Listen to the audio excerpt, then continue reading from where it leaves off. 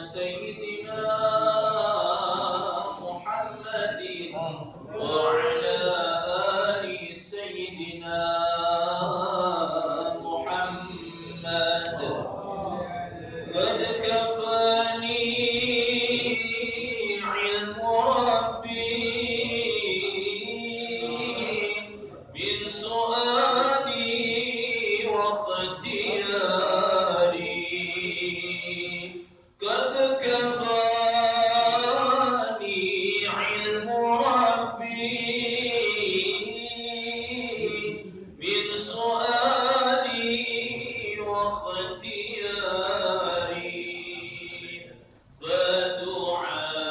فدعائي وابتهالي شاهد لي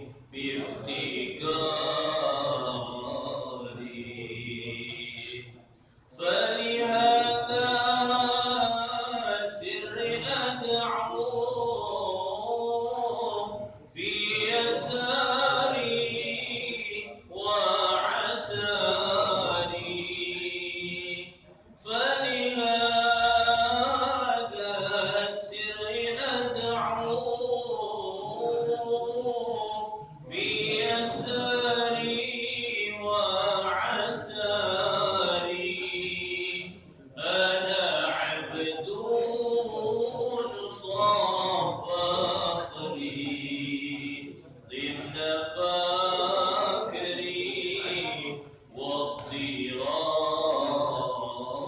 واضطراري يا إلهي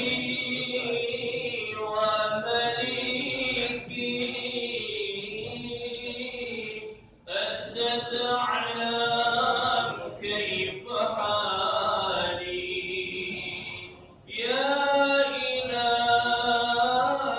إلهي ومليكي أنت تعلم كيف حالي وبما قد حل قلبي من هموم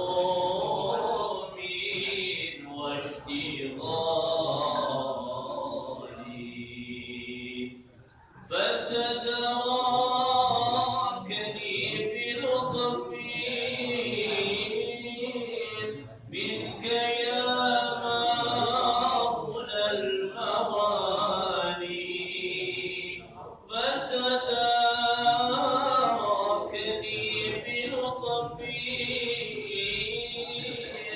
منك يا مولى الموالي يا كريم الوجه غيثني قبل أن يفنى اصطفالي يا سريع الغرب غرثان منك يدركني سريعا يا سريع الغرث غرثان منك يدركني سريعا يبسم العسر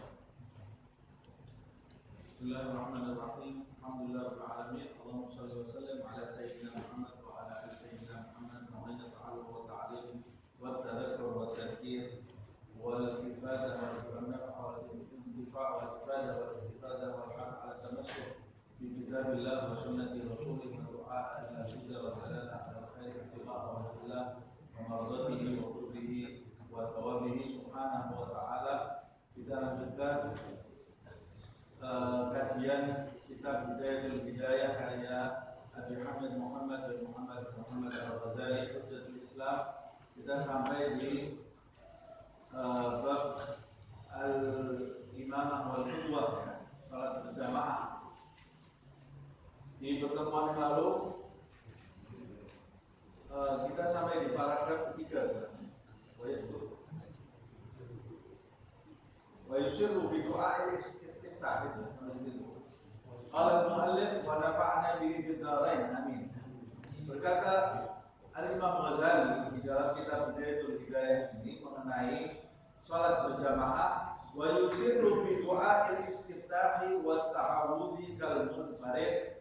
Hendaklah orang yang melakukan salat berjamaah itu membaca dengan pelan, dengan suara yang tidak keras, bacaan doa iftitahnya yang setelah takbiratul ihram itu tidak dia baca dengan jahar, dengan keras.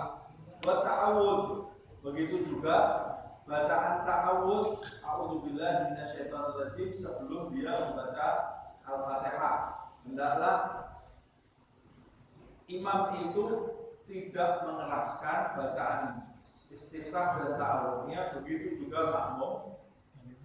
Kal munfarid, seperti orang yang sholat sendiri juga tidak mengeraskan bacaan ini. Wa yajharu bil fatihati was surati fi jami'i subhi.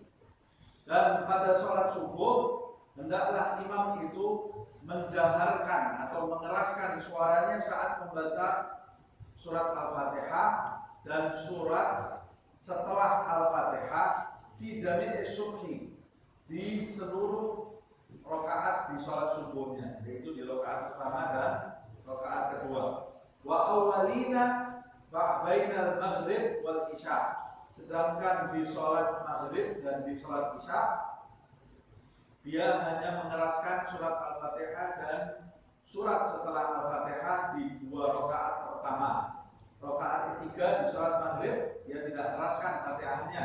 Rakaat keempat di sholat isya dia tidak mengeraskan Fatihahnya. Sedangkan sholat zuhur dan sholat asar dia membacanya sir semuanya, tidak ada yang keras dari rakaat pertama, kedua, ketiga atau keempat bagi imam. Wa kadzalika al-munfaridu, begitu pula orang yang sholat sendiri. Jadi orang yang sholat sendiri itu walaupun dia sholat sendiri, pada saat dia sholat maghrib, sholat isya, sholat subuh, disunnahkan dia mengeraskan suaranya. Sunnah dia mengeraskan suaranya. Pada saat dia membaca Al-Fatihah, dia membacanya dengan jahar.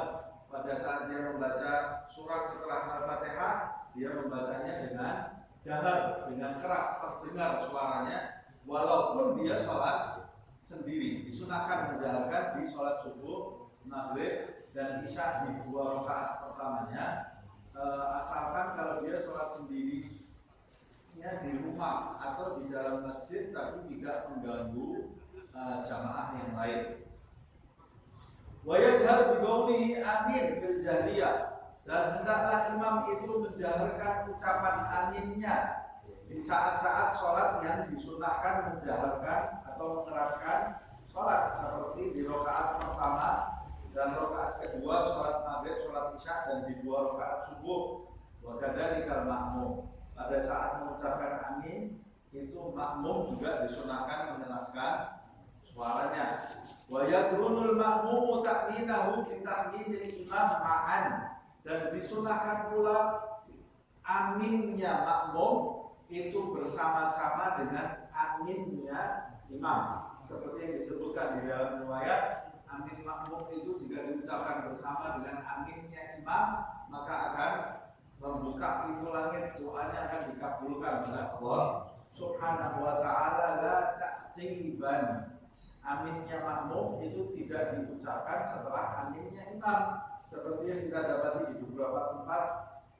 Imamnya dulu walaupun imamnya amin sendiri, lalu makmumnya amin, tidak seperti itu, tapi diucapkan bersama-sama. Walaupun makmum dan imam bersama-sama amin, mengucapkan bersama-sama. Nah, kemudian selanjutnya wa yasqutul imamu saktatan akibal fatihati liyatuba ilaihi nafsuhu. Dan disunahkan imam itu berhenti sejenak setelah membaca Al-Fatihah dan mengucapkan amin menurut mazhab Syafi'i. Disunahkan imam itu berdiam sejenak, liyatuba ilaihi nafsuhu, berdiam untuk dirinya sendiri, memberi jarak untuk dirinya sendiri. Pada saat itu dianjurkan imam itu membaca doa untuk dirinya sendiri.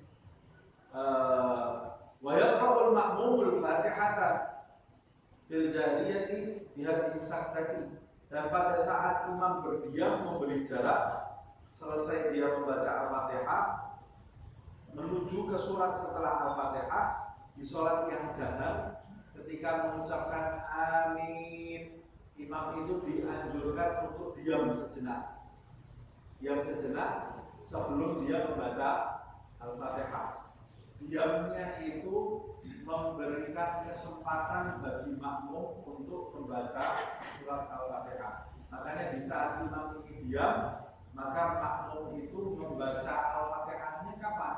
Membaca Al-Fatihahnya di saat imam itu diam antara Al-Fatihah dengan membaca surat. Imam itu diam, makmum membaca surat Al-Fatihah. Nah, ini sunnah ini hilang sekarang di masjid-masjid. Imam itu kebanyakan, kalau kita tanya mazhabnya Pak Syafi'i, tapi kalau dia menjadi imam, waladhdallin amin, bismillahirrahmanirrahim, tidak ada diamnya. Makmum kapan membaca Al-Fatihahnya? Loh, saya ikuti pendapat mazhab A. Kamu katanya mazhabnya Syafi'i. Kalau mazhabnya Syafi'i dianjurkan diam. Karena menurut mazhab Syafi'i, makmum itu wajib membaca Al-Fatihah sendiri untuk dirinya sendiri. Kalau dia tidak membaca Al-Fatihah untuk dirinya sendiri, maka sholat makmum itu tidak sah menurut mazhab Syafi'i. Nah, kalau kamu jadi imam di negeri Indonesia yang mayoritas umat Islamnya mazhabnya Syafi'i, walaupun kamu mazhabnya bukan Syafi'i, atau di Singapura mayoritas Syafi'i juga, Malaysia mayoritas Syafi'i. Kalaupun kamu tidak bermazhab Syafi'i, hendaklah kamu menghargai orang yang bermazhabnya Syafi'i. Beri kesempatan, toh berdiam, memberi kesempatan bagi makmum membaca Al-Fatihah tidak membatalkan sholat kamu. Nah, itu yang namanya toleransi.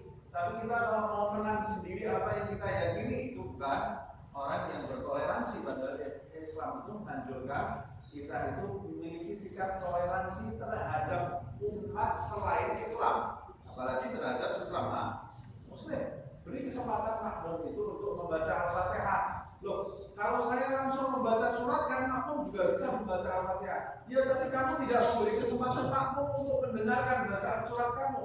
Padahal mendengarkan bacaan surat setelah Al-Fatihah itu hukumnya sunnah juga. Kalau kamu tidak memberi kesempatan makmum membaca Al-Fatihah, kamu membaca surat, makmum membaca Al-Fatihah. Padahal di dalam Al-Quran diperintahkan ketika orang membaca surat, mendengarkan bacaan surat tadi. Nah, hendaklah memberi kesempatan untuk makmum membaca Al-Fatihah. Dan imam pada saat itu boleh berdoa untuk dirinya sambil memberi kesempatan bagi makmum untuk membaca Al-Fatihah. Dia tamakkan minal istima' inda qira'atil imam. Lihat, agar makmum ini memiliki kemungkinan bagi makmum untuk mendengarkan imam saat membaca surat setelah Al-Fatihah. Kalau kamu tidak berdiam, hai imam, tidak memberi kesempatan makmum untuk membaca Al-Fatihah, nanti ketika engkau membaca surat, makmum tidak punya kemungkinan untuk mendengarkan bacaan suratmu. Nah, Imam Syafi'i kan berdalil la sholata liman la fatihah, tidak ada sholat bagi orang yang tidak membaca surat Al-Fatihah. Makanya walaupun sebagai makmum wajib membaca Al-Fatihah. Wala yaqra al-makmum surata fil jahriyah. Hendaklah makmum pada saat imam itu membaca surat di sholat-sholat yang dijaharkan, dikeraskan, seperti sholat subuh, maghrib, isya di 2 rakaat pertama. Waktu imam membaca surat setelah Al-Fatihah, hendaklah makmum tidak ikut membaca bersama imam, tapi disunahkannya mendengarkan, bukan ikut membaca bersama imam. Begitu juga di sholat-sholat sunnah yang berjamaah seperti sholat tarawih umpamanya. Imam membaca surat setelah Al-Fatihah, kadang-kadang ada yang sholat tarawihnya membaca 1 juz, 2 juz seperti tadarus dilanjutkan. Nah, makmumnya apa? Pegang Al-Quran, kalau kamu hafal, ya kamu dengarkan bacaannya, bukan ikut membaca bersama imam. Loh, nanti kalau saya tidak membacanya, saya terhitung orang yang membaca, orang yang mendengar. Asalnya kal-ghaib. Orang yang mendengarkan itu sama seperti orang yang membaca, tapi mendengarkan dengan seksama, bukan melamun, bukan kedengaran, tapi mendengarkan. Kalau mendengaran ya saya dengar. Ada imam baca surat saya dengar, dengarlah. Saya tidak tulis, saya dengar.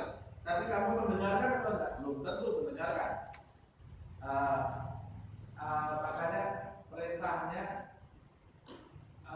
tes tanya mendengarkan dengan seksama, bukan tasma, tapi tas dan mendengarkan. Istima, bukan sekedar sama, tapi istima. Istima itu mendengarkan dengan seksama. Kamu dengar dan kamu sadar saat mendengarkan. Illa dalam yasma' sautal imam, kecuali kalau kamu tidak mendengar suara imam. Kalau sekarang ada mikrofon masih terdengar suaranya imam. Kalau zaman dulu mungkin makmumnya terlalu banyak, imamnya ada di depan, makmumnya jauh di belakang sana. Kalaupun imam membaca surat di waktu sholat yang disunahkan mengeraskan suara, makmum juga tidak bisa mendengar suara imam saat membaca surat. Lalu apa yang harus dilakukan makmum? Diperintahkan mendengarkan, tapi dia tidak kedengaran suara imam. Kalau kamu tidak kedengaran suara imam, disunahkan kamu membaca surat sendiri. Disunahkan kamu membaca surat sendiri. Wala yazidul imamu ala thalathin fi tasbihatir ruku' wa sujud. Dan pada saat rukuk dan sujud, imam tidak diperkenankan, tidak diperbolehkan lebih membaca tasbih dari 3 kali. Tasbihnya rukuk subhana rabbiyal azim wa bihamdihi. Tasbihnya sujud subhana rabbiyal a'la wa bihamdihi. Maksimal 3. Kita sudah belajar di sholat sebelum ini, disunahkan lebih dari 3. Itu kalau kamu sendiri. Kalau kamu sendiri, kamu mau rukuk 1 jam, bagus. Mau sujud 3 jam, bagus. Tidur atau mau sujud 3 jam, silakan. Kamu mau sholat sendiri, silakan. Tapi kalau kamu berjamaah, perhatikan orang-orang yang di belakang. Ada orang tua, ada orang yang punya keperluan. Tidak semuanya ahli ibadah seperti kamu. Pelihara mereka, perhatikan mereka ini. Kalau rukuk jangan lama-lama. Kalau saya kuat rukuk setengah jam, ya kamu kuat, orang lain belum tentu kuat. Sebagian orang sekarang kalau sholat berjamaah dia jadi imam, rukuknya 5 menit. Kalau dia sholat sendiri sholat setengah menit, dia sudah berapa detik dia sudah berdiri. Kamu rukuk untuk siapa? Untuk Allah atau untuk orang? Sebagian besar orang sekarang ini kalau sholat berjamaah dia jadi imam, Fatihahnya meliuk-liuk. Bismillahirrahmanirrahim. Baca Fatihahnya bisa 10 menit. Kalau sholat sendiri, 3 detik selesai. Kamu baca Fatihah buat manusia, buat Allah. Kalau mau baca Fatihah yang meliuk-liuk, yang lama, baca saat kamu sholat sendiri. Saat kamu sholat berjamaah, baca percepat. Sholat itu disunahkan kalau berjamaah jangan lama-lama, percepat. Sebab kondisi makmum ini berbeda-beda, apalagi di zaman ini. Ada orang di zaman ini pergi ke masjid mau sholat, ini sudah wali. Zaman sekarang, zaman seperti ini ada orang mau pergi ke masjid sholat, ini orang sholat. Jalan-jalan ada orang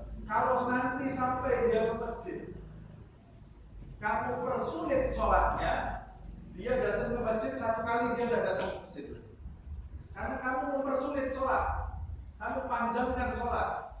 Lakukan sholat yang sederhana. Nanti ketika kamu sholat sunnah, lakukan sholat yang panjang menurut keinginan kamu. Sampai Imam Ghazali mengatakan jangan tambah tasbih maksimal 3 kali. Maksimal 3 kali.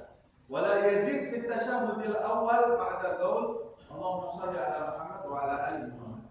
Di tasyahud awal jangan kau tambah lagi bacaan setelah kau mengucapkan Allahumma shalli ala Muhammad wa ala ali Muhammad. Sebab tasyahud awal itu termasuk rukun qasir, rukun pendek. Kalau engkau setelah syahadat baca tasyahud di tasyahud awalnya, kau baca tasyahud, kemudian kau ucapkan asyhadu an la ilaha illallah wa asyhadu anna Muhammadar Rasulullah, kemudian kau ucapkan Allahumma shalli ala Muhammad wa ala ali Muhammad, lalu kau ucapkan kama shallaita ala Ibrahim, batal surat kamu batal. Karena tasyahud awal ini rukun pendek, tidak boleh kau tambah doa seperti yang diajarkan oleh Nabi Muhammad SAW. Nabi di tasyahud awal itu hanya membaca tasyahud, sholawat, tasyahud, syahadat, sholawat yang ringkas. Allahumma sholli ala. Bahkan sebagian ahli fikih tidak mau menambah ali Muhammad karena takut tasyahudnya itu batal. Tapi ini tidak pantas lah. Masa tambah ali saja tidak diperkenankan. Sebagian ahli fikih setelah syahadat Allahumma sholli ala Muhammad, khusus tasyahud awal. Karena sholawat itu hanya ditujukan pada hakikatnya untuk Muhammad sallallahu alaihi wasallam. Nah, kemudian di tasyahud awal akhir baru kita baca sholawat Ibrahimiyah. Jadi kita tidak memperpanjang di tasyahud awal. Nah, sekarang kalau saya sebagai makmum, saya sudah baca tasyahud awal itu pendek, tapi imamnya belum selesai. Paham maksud saya? Saya baca asyhadu an la ilaha illallah wa asyhadu anna Muhammadar Rasulullah, Allahumma shalli ala Muhammad wa ala ali Muhammad. Belum selesai imamnya. Apa yang harus saya lakukan? Boleh tidak saya tambah? Boleh tidak menambah.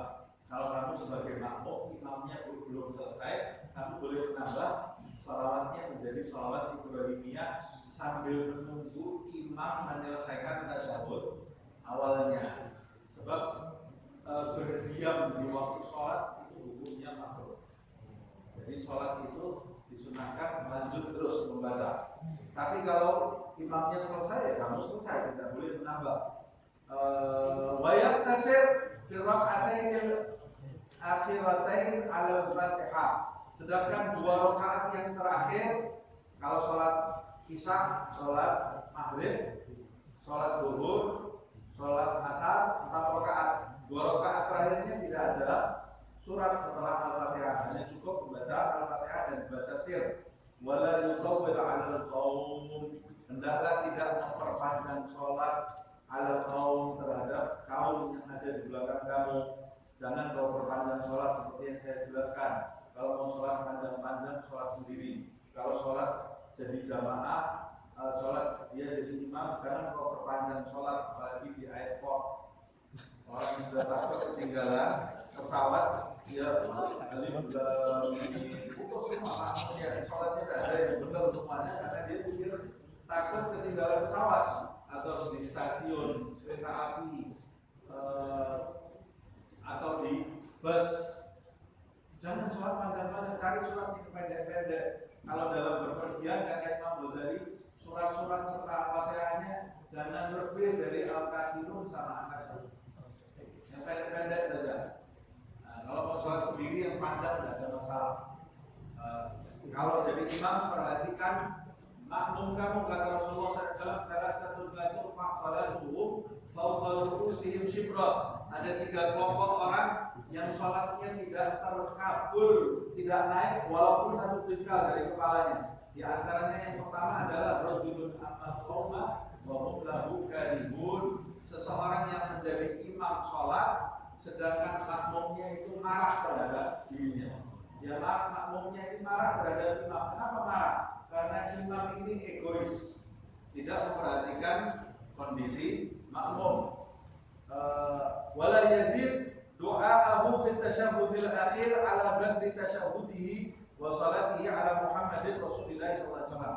Hendaklah tasyahud akhirnya dia tidak menambah apa-apa lagi kecuali bacaan tasyahud sesuai dengan yang diajarkan oleh Nabi Muhammad, juga sholawatnya, yaitu sholawat Ibrahimiyah. Jangan tambah-tambah lagi. Kata sebagian ulama, kalau mau tambah doa yang diajarkan Nabi, yang jangan sampai ditinggalkan setiap sholat. Tidak ada masalah. Fil alamina innaka hamidun majid. Kemudian tambah doa, Allahumma inni a'udzubika min adzabil qabri wa bil azab. Allahumma inni a'udzubika min adzabil jahannam wa min adzabil qabri wa min fitnatil mahya wal mamat wa min fitnatil masiihid dajjal wal maghrib wal ma'ad. Selesai. Sudah tambah doa lagi. Tapi Allah ada tambah satu kalimat lagi. Tapi Allah ada tambah ya muqallibal qulub wal absar tsabbit qalbi ala dinik. Jangan tambah-tambah lagi. Kamu mau tambah Rabbana atina fid dunya hasanah, itu nanti kalau sholat sendiri. Kalau nanti dari imam jangan panjang tasyahudnya. Apalagi tasyahud akhir ini duduknya duduk tawarruk. Ada yang bisa jatuh dia bersama terlalu panjang. Percepat. Tasyahud akhir ini dipercepat. Kalau baca doa jangan lama-lama juga.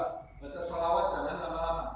Jangan kau seksa makmum yang ada di belakang kamu. Kemudian wayanwi al-imamu inda taslim assalamu ala qaum. Pada saat imam itu mengucapkan salam, hendaklah imam itu niat mengucapkan salam kepada makmum. Wayanwi qaumu bi taslimihim jawabuhu. Sedangkan makmum pada saat imam mengucapkan salam, assalamualaikum warahmatullah, imam niat mengucapkan salam untuk makmum. Makmum mengucapkan salam, assalamualaikum warahmatullah, niat menjawab salam imam. Kalau sholat sendiri sudah dijelaskan oleh Imam Ghazali. Kalau kamu sholat sendiri, waktu kamu salam, assalamualaikum warahmatullah, niat mengucapkan salam untuk seluruh umat Islam yang ada di sebelah kanan kamu. Assalamualaikum warahmatullah, ke kiri, niat mengucapkan salam untuk semua umat Islam yang ada di belahan kiri kamu. Nah, sampai di sini nanti kita lanjutkan di pertemuan. Ya. Oh, ada yang bertanya?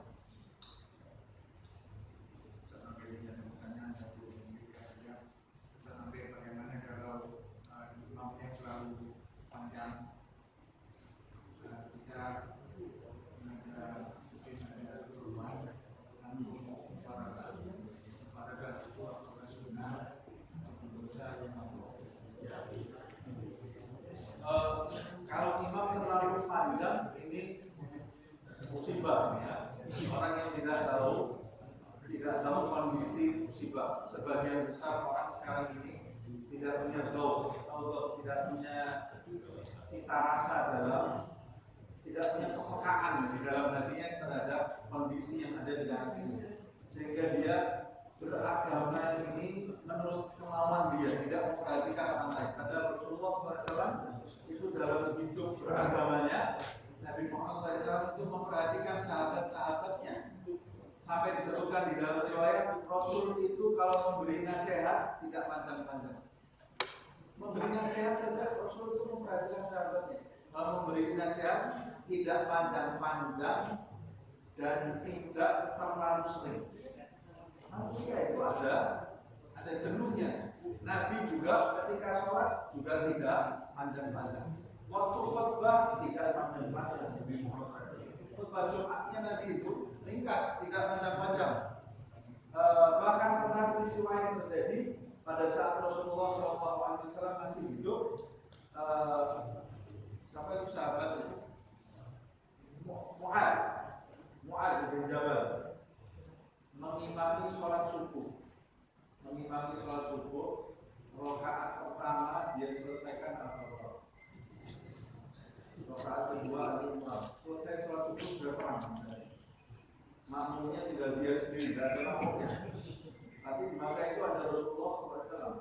Datang makmumnya Mu'ad ini kepada Rasulullah, ini Mu'ad ini gimana? Sholat subuh sampai terang, matahari sampai keluar. Dipanggil oleh Rasulullah SAW. Kata Nabi, Afattan anta ya Mu'ad, Afattan anta ya Mu'ad, Afattan anta ya Mu'ad, kamu mau membuat fitnah ya Mu'ad. Padahal Mu'ad ini sahabat besar. ditegur oleh Nabi, marah Nabi Muhammad. Kamu mau membuat fitnah ya Mu'ad? Diulang-ulang oleh Nabi sampai Mu'ad ini menyesal sekali, sampai Mu'ad ini mengatakan, ya Allah, andai kata setelah dimarah Nabi itu aku baru masuk Islam. Nyesel dia, kok dia sudah masuk Islam masih ditegur Nabi seperti itu. Teguran Nabi yang keras ini menunjukkan bahwa kita harus memperhatikan orang. Karena sebagian besar orang sekarang jauh dari Islam karena orang Islam. Sebagian besar orang ini, orang Islam sekarang itu menjadikan orang Islam itu jauh dari Islam karena dia mempersulit agama Islam yang sebenarnya enggak. Seperti yang saya sampaikan di hari Rabu kemarin, orang tidak puasa sunnah hari Senin, tidak ada masalah. Mau puasa sunnah bagus ya? Bagus. Mau puasa sunnah. Tapi orang tidak puasa sunnah di hari Senin, tidak ada masalah, itu bukan dosa.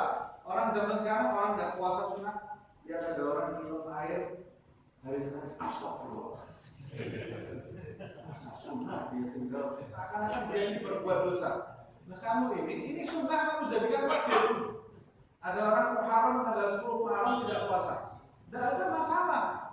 Ini ada orang 10 Muharram tidak puasa seperti dia berbuat zina. Allah 10 Muharram kamu tinggalkan. Puasa di 10 Muharram. Puasa 10 Muharram itu sunnah. Kalau kamu mau mewajibkan yang sunnah untuk diri kamu saja, untuk istri kamu jangan kau wajibkan, untuk anak-anak kamu jangan kau wajibkan, apalagi untuk orang lain.